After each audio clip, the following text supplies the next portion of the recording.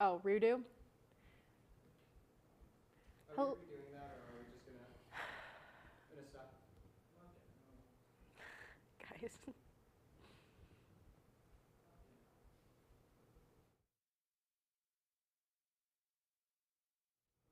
Hello, Miami University and all Oxford community. I'm Caroline. And I'm Piper, your co-host for tonight's show. Welcome back to Miami Television News. Miami University is expanding its academic offerings. There are new undergraduate and graduate programs available for incoming Miami students. The university frequently monitors students' demands and ways to equip students to thrive in their career paths. In recent years, in a recent email sent out to the student body, 12 new undergraduate and 12 new graduate programs were announced. A few of the new programs include cybersecurity, real estate, sport communication and media, and physician-associated studies. Students with additional questions can reach out to the respective department chair, dean, or divisional head. UP Magazine is one of the largest student organizations at Miami with over 100 students. Each year, the organization takes 2 print issues. We interviewed UP's editor-in-chief, Alice Momini, and the creative director, Deanna Hay, to get the inside scoop on UP Magazine. UP would also like to invite everyone to their fall magazine release party on Saturday, December 2nd from 8 to 10 p.m. at New Bar. I am the editor-in-chief of Up Magazine. And I'm Deanna Hay. I'm the creative director, and we lead Up along with our publisher, Taylor Shockley. Up Magazine is Miami University's only fashion and lifestyle publication. We release a magazine at the end of each semester. When we're not doing the magazine, we're focusing on our digital content, building our online presence through our blog and through our social media handles like Instagram and TikTok. So we're busy all semester long, just highlighting the Miami community and the Oxford community as well. Up is broken into 3 different departments. So we have our print department, our digital department, and our business department. For our print, we have our staff writers, photographers, stylists, hair and makeup, layout designers. And then for digital, we have our social media teams, our digital photographers, digital stylists, videographers, and they're, like I said, doing content throughout the year when we're not focusing on the magazine. And then our business department consists of marketing, communications, event planning. So it really has a spot for anybody for whatever they're interested in. My favorite part is getting to practice my photography. I started as a digital photographer, and then I became a print photographer, and then even the social media director, where I got to choose the different photo shoots. And now as the creative director, I get to do all of that and more. So I get to help choose the theme and all the photo shoots that go with it, and all the visual aspects of it. And I really love being able to just be creative with everything and really work in a professional environment and make something that looks really, really great. I think for me, it's being collaborative with people with talents that I don't have. I started as a staff writer my freshman and sophomore year, and then I was a copy editor my junior year, and then editor-in-chief my senior year. But I cannot do what Deanna does. I cannot do what Taylor does. I couldn't even do what our stylists do, our videographers do. So it's really cool to see all of that come together at the end and see the final product, because I only see one portion of it throughout the whole time, and then seeing it all come together in the hard copy is so amazing. The fall is definitely like our biggest hiring push that we receive. So we are hiring for those positions for staff writer, for social media, for event planning, stylists, all those different things. And then in the spring is kind of a smaller window of opportunity, I would say. We're filling those positions if somebody doesn't want to continue with Up for whatever reason, if they're graduating in December, if a director wants to build their team, they think they need more people on, then we're hiring for those spots. But I would encourage anybody that is interested in applying for Up Magazine to apply in the spring, because we are trying to fill those spots and trying to build our team as much as possible. Our Instagram handle is Up Magazine MU. And there you'll see all of our digital shoots, all of our coverage. And it'll also have all the important information you need to come to our release party, which is December 2nd from 8 to 10 at New Bar. And it's open to everyone. It's really fun. You get to dress up. There's a little theme according to our theme. And it's always a great time. And you get to be the first ones to see the magazine and get a copy of it yourself. It has been 55 years since the first Miami students traveled to Miami University's sister campus, Luxembourg, to participate in a study abroad program. 13,000 students have journeyed to Luxembourg since then. If you want to be a part of that number for the next 55 years, check out Miami Global Initiatives and Education Abroad programs. Just before students left campus for Thanksgiving, Miami University's Club Ultimate Frisbee team, the Boogeymen, hosted their annual tournament on Cook Field. 10 teams participated over 2 days, with the Boogeymen finishing 5th and the Miami alumni team winning the tournament. As club sports begin to wrap up for the semester, Miami varsity athletics continue to play throughout the break. Let's hear more from Steven with the sports update. Thanks, Piper. Good evening. I'm Stephen Pepper with the Red Hawks Sports Update. Miami lost by 30 points at St. Bonaventure over the holiday break, but last night it was the Red Hawks' turn to have a blowout victory. The Hawks dominated Spalding by 39 points at Millett Hall. The Red Hawks were determined to get their young season back to 500, coming out the gates on an 11-0 run.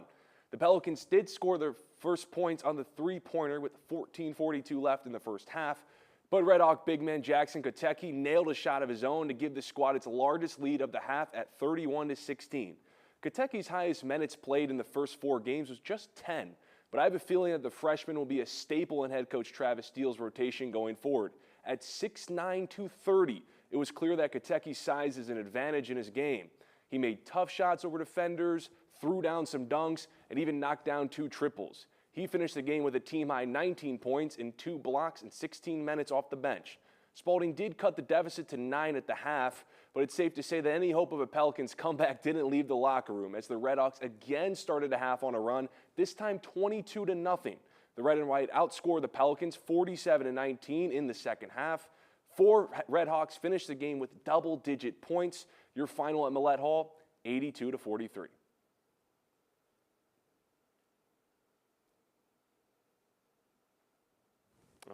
MTN member Andrew Relvis had the opportunity to interview 2 Miami men's basketball players, Ryan Mabry and Darishi Hunter. Be sure to cheer on Miami at their next game against Marshalling Thunder Herd on December 2nd. The full interview can be found on MTN's YouTube page, but here's a preview. Hey MTN, what's going on? I'm here with 2 very special individuals on the Miami basketball team.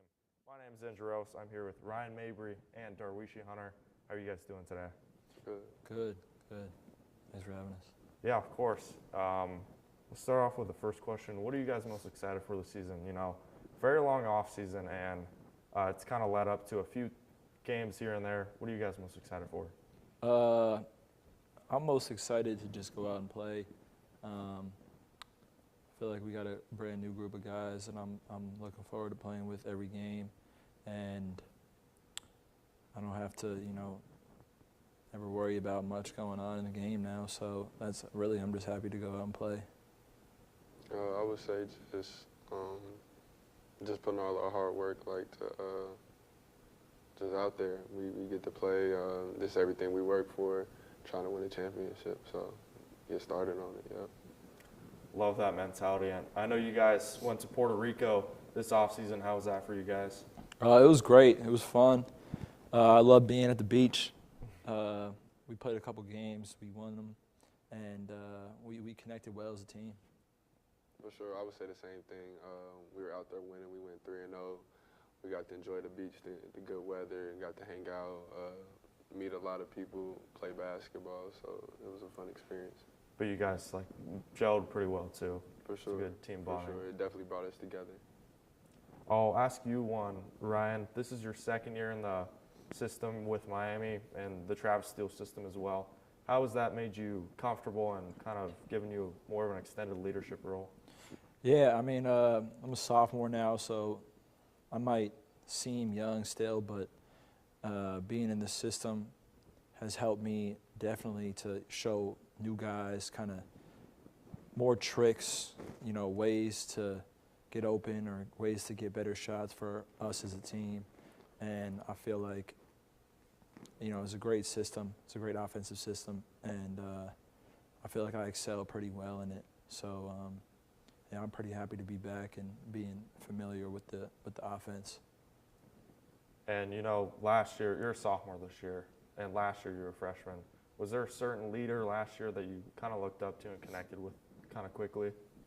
Yeah, Well, a lot of our team is gone, but probably Anderson Arambo. He, you know, our offense is played through our big a lot, and he is, in my opinion, the best big in our league. And he's always in an aggressive attacking mode, and I kind of took that away from him when I was kind of trying to learn the field still. And so was he, honestly. You know, he played college ball, but he didn't have a lot of experience, and seeing him just kind of go out there and just play kind of gave me that same mentality. Yeah, you guys are definitely fun to watch, especially he's going off like 20 points, like 10 rebounds. Yeah, he's a great player. Machine. I'll switch to you, Darwishi. You played college ball all across the country. You know, you got Weber State, Central State, NIU. Why'd you pick Miami out of all the different teams you play for? Well, Miami was one of the earlier schools to hit me up when I went to Porto, so I respected that for sure. I talked to Coach Summers and Coach Steele, and I liked the way they were talking. I came on a visit. They really seemed like it was a want and a need for me here.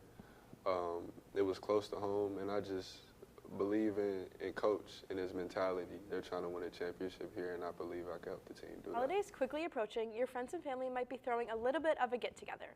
If you don't want to turn up to these parties empty-handed, Caroline has the recipe for you. Lemon snowflake cookies that are only 4 ingredients and only take 10 minutes in the oven. So I wanted to teach you guys a super simple cookie recipe that you can do and make in your dorm, in your apartment, or if you have like one of the nice houses, you can do it there too. But it's a super easy recipe. For the base of the cookie, it's only gonna be about 4 ingredients. So we're gonna get those ingredients and we're gonna get started.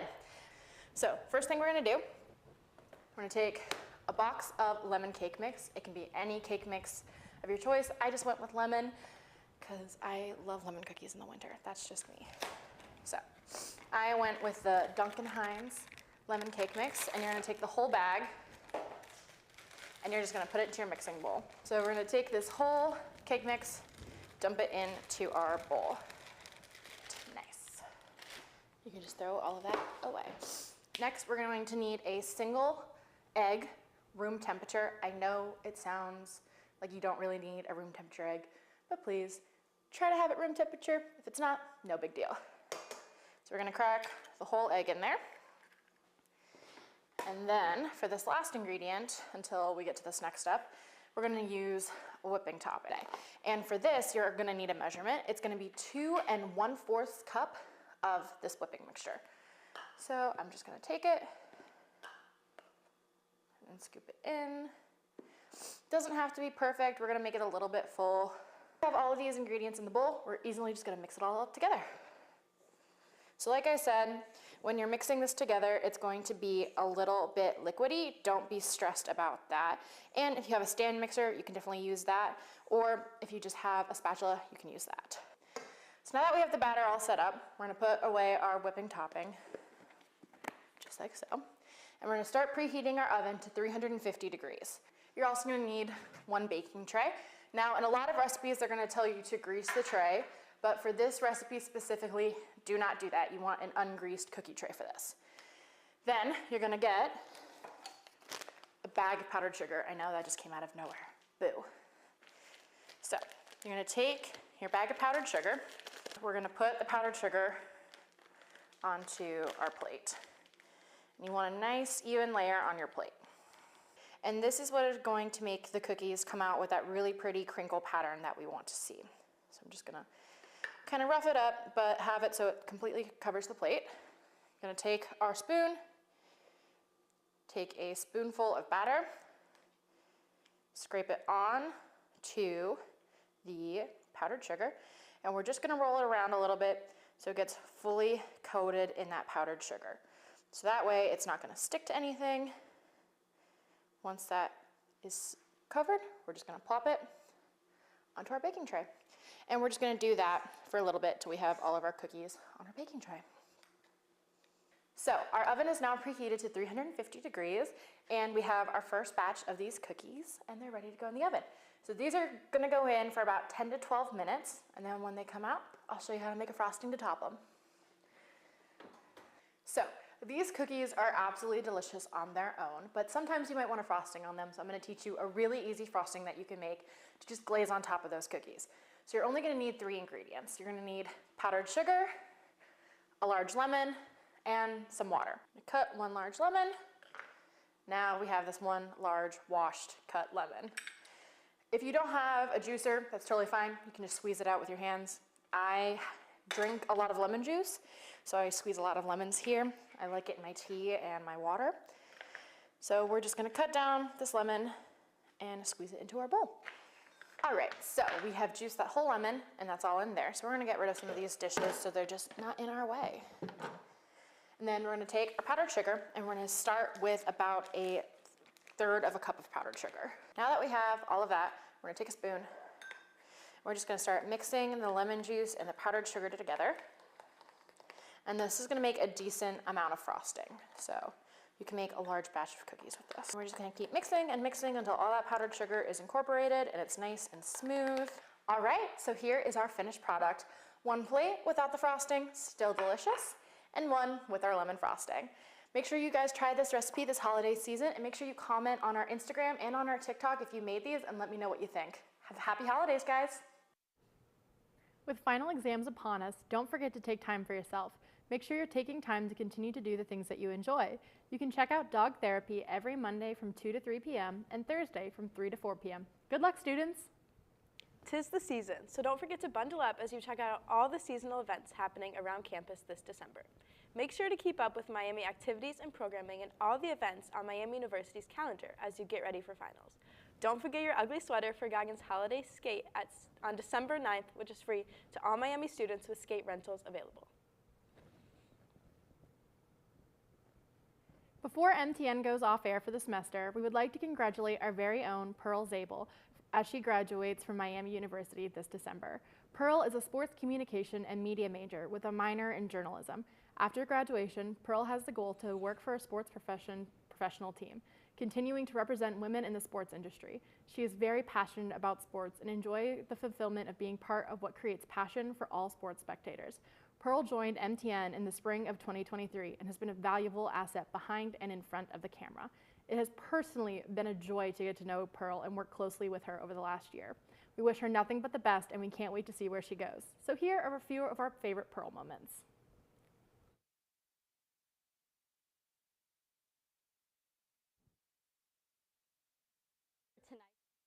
Welcome back to Miami Television News. And I'm Pearl, your co-host for tonight's show. Welcome back to Miami Television News. On April 22nd, Miami University's largest student organization, Miami Fashion and Design, hosted their 17th annual fashion show at Millett Hall. This week, Miami University fraternities and sororities have been participating in Greek Week. Greek Week is all about sorority and fraternity members showing pride for their chapter, as well as giving members an opportunity to give back to the community through friendly games and competitions. Pearl Zabel here, and I'm here with Rylan Zaborowski, our MAC Player of the Week for the week of April 17th through 23rd. Rylan, you've been killing it lately. This past week, you hit 4 home runs, 1 in each of the 4 games that were played, 1 being a extra inning walk-off home run against MAC rival Kent State, and 1 being a grand slam against Ohio State. So when you found out that you were MAC Player of the Week, who told you? How were you feeling?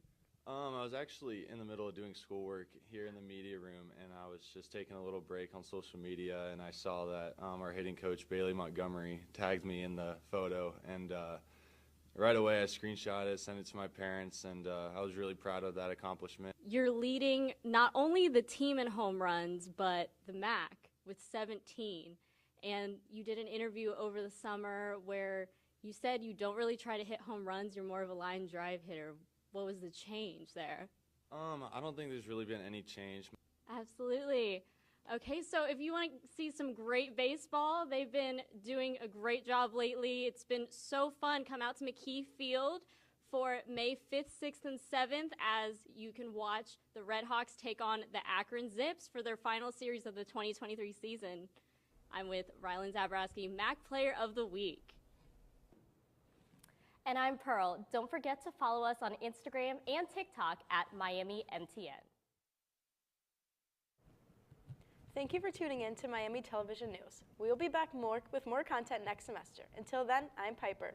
And I'm Caroline. Don't forget to follow us on Instagram and TikTok at MiamiMTN.